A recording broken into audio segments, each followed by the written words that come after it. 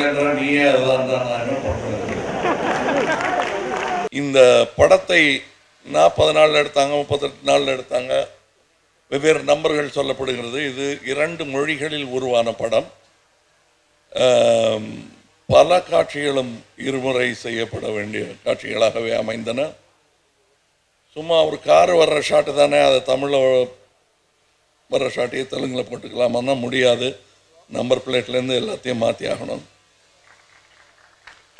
அதே மாதிரி போலீஸ்காரங்க வந்து கடைசியாக லேட்டாக வருவாங்க இல்லையா, அந்த மாதிரி லேட்டாக வர போலீஸ்காரங்க போட்டிருக்கிற யூனிஃபார்ம் கூட மாறும். ஏன்னா தெலுங்கானா யூனிஃபார்ம் வேறு, தமிழ்நாடு யூனிஃபார்ம் வேறு. அதையெல்லாம் பார்க்கும்பொழுது இது 2 படங்கள் என்று திண்ணமாக சொல்லலாம். இந்த 2 படங்களை எடுப்பதற்கு தேவையான நாட்கள் என்று நாங்கள் முடிவு செய்து வைத்திருந்தது 52 நாட்கள். ஆனால் படத்தை போட்டு பார்த்து விட்டு சில திருத்தங்கள் செய்ததனால் இன்னும் 8 நாட்கள் ஆகின.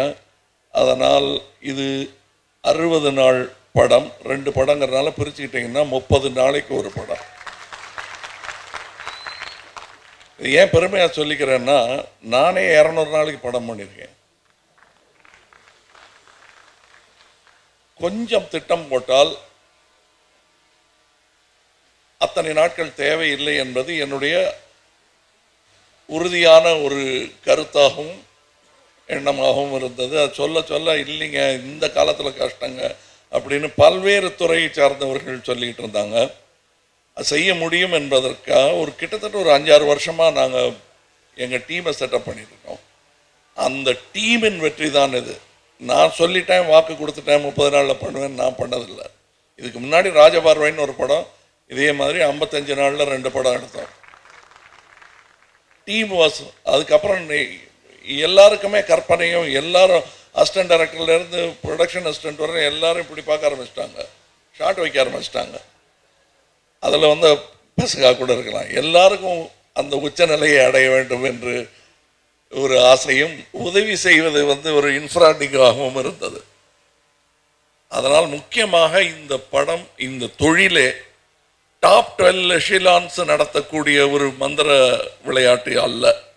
அத்தனை பேரும் சேர்ந்து உழைச்சாதான். தூங்காவனத்தில் ஒரே ஒரு பாட்டு தான். அந்த பாடல் கூட அவரை முன்னிலைப்படுத்தி எழுதப்பட்டதுதான்.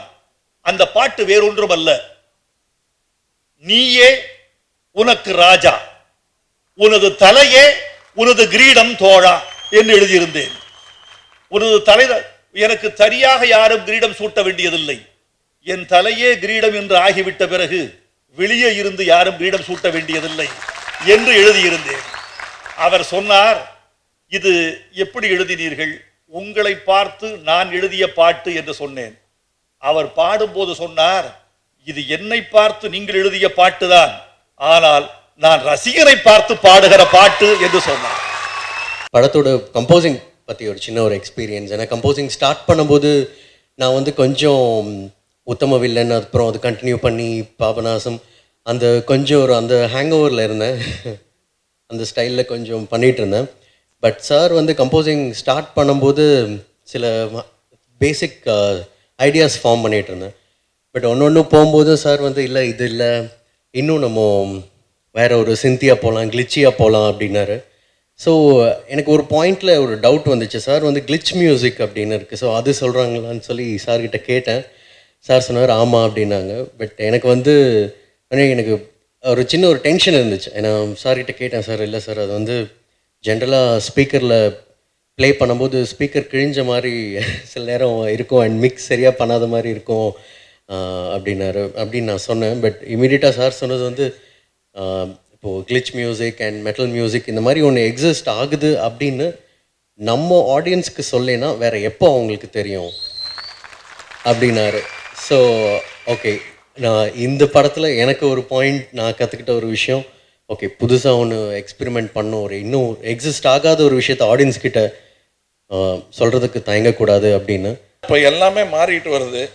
இந்த வட்டையை கையில் கொடுத்து இதுதான் பாட்டு என்று நிரூபிக்க வேண்டிய நிலை இல்லாமல் இப்பொழுது நாம் பேசி கொண்டிருக்கும் போது இட்ஸ் ஆன்லைன் ஐடியூன்ஸில் போயிட்டுருக்கு, பாடல் வெளியிடப்பட்டிருக்கிறது.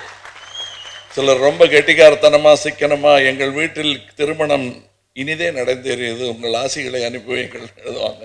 விருந்து இல்லாம. அப்படி இல்லை, விருந்தும் உண்டு. பட் இப்போ அந்த மாதிரி ஆயிடுச்சு. தொழில்நுட்பம் வளர்ந்திருக்கிறது. போன முறை என் படத்தின் இதை ஸ்ருதி அவர்கள் வெளியிட்டார்கள்.